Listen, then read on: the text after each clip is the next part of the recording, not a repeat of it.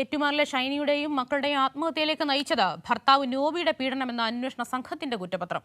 നോബിയുടെ ഉപദ്രവമാണ് ആത്മഹത്യയ്ക്ക് പ്രേരണയെന്നും ഷൈനിയും മക്കളും വീട് വിട്ടിറങ്ങിയിട്ടും പിന്തുടർന്ന് ഉപദ്രവിച്ചുവെന്നും കുറ്റപത്രത്തിൽ പറയുന്നു. കൂടുതൽ വിവരങ്ങളുമായി സനോജ് സുരേന്ദ്രൻ ചേരുന്നുണ്ട്. സനോജ്, നമുക്കറിയാം അഭിഭാഷകയായ ഷൈനിയും മക്കളും ആത്മഹത്യ ചെയ്തത് ഏറെ വേദനയോടുകൂടിയാണ് കേരളം നോക്കിക്കണ്ടത്.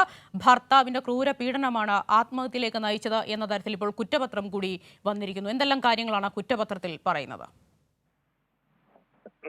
തീർച്ചയായിട്ടും ബിജി സൂചിപ്പിച്ചതുപോലെ തന്നെ ഷൈനിയുടെയും മക്കളുടെയും ആത്മഹത്യ ഭർത്താവ് നോബിയുടെ പീഡനം മൂലമാണ് എന്നുള്ളതാണ് ഇപ്പോൾ പോലീസിന്റെ അന്വേഷണത്തിൽ കണ്ടെത്തിയിട്ടുള്ളത്. മരണത്തിലേക്ക് നയിച്ചത് നോബിയുടെ പീഡനമായിരുന്നു. നോബിയുടെ ഉപദ്രവമാണ് ആത്മഹത്യക്ക് പ്രേരണയായത് എന്ന് കുറ്റപത്രത്തിൽ വ്യക്തമാകുന്നുണ്ട്.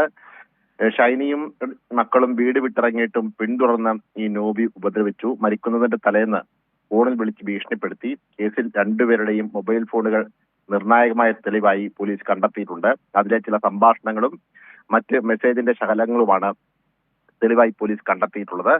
40ഓളം ശാസ്ത്രീയ തെളിവുകളും രേഖകളും കുറ്റപത്രത്തിനൊപ്പം പോലീസ് സമർപ്പിക്കുന്നുണ്ട്. ആകെ 56 സാക്ഷികളാണ് ഈ കേസിലുള്ളത്. ഷൈനിയും മകനും ട്രെയിൻ ഓടിച്ച ലോക്കോ പൈലറ്റുമാണ് സാക്ഷികളായിട്ടുള്ളത്. കേസിൽ പോലീസ് ഇന്ന് കുറ്റപത്രം സമർപ്പിക്കും. അന്വേഷണ സംഘം കുറ്റപത്രം നൽകുന്നത് 170 ദിവസത്തിന് ശേഷമാണ്. ഇത് ഷൈനിയുടെയും മരണവുമായി ബന്ധപ്പെട്ടുകൊണ്ട് 2 പെൺമക്കൾക്കൊപ്പമാണ് ഷൈനി ട്രെയിന് മുന്നിൽ ചാടി ആത്മഹത്യ ചെയ്യുന്നത്. അതിദാരുണമായ ഒരു സംഭവമായിരുന്നു. വലിയ വാർത്തയായതാണ്. ഇതിനു പിന്നാലെ നോബിയെ പോലീസ് അറസ്റ്റ് ചെയ്യുകയും ചെയ്തു. അങ്ങനെ ആ അന്വേഷണത്തിനൊടുവിലാണ് ഇപ്പോൾ കുറ്റപത്രം തയ്യാറായിട്ടുള്ളത്. വിജി. ശരി, സനോജ് സുരേന്ദ്രനാണ് ഈ വാർത്തയുടെ വിവരങ്ങൾ പങ്കുവച്ചത്.